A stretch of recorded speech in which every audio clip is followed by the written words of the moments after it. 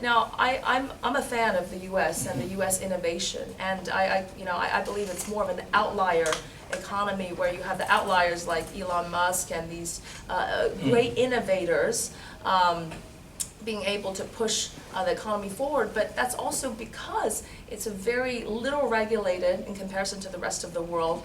Let's say in the financial markets, the entry barrier is quite low, so they give the potential for companies to really perform, but they have a very, very strong exit rate. This is the opposite case in China.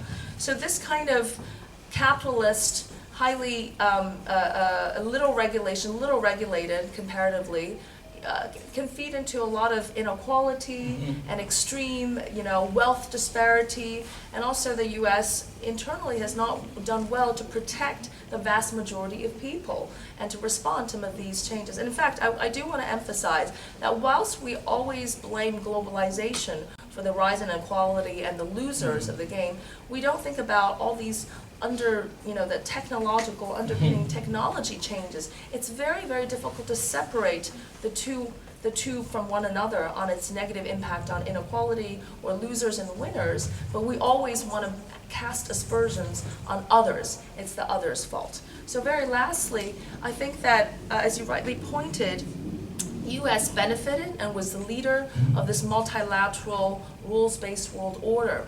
Now, there's a very interesting intellectual debate as to whether that rules-based order needs a hegemon power to keep it stable, or it could involve multiple powers. I think that's an ongoing debate, but at least for the last 40 years, you can say that U.S. did its part to keep sea lanes open, to keep global rules order in place so that all of these great economic benefits could take place.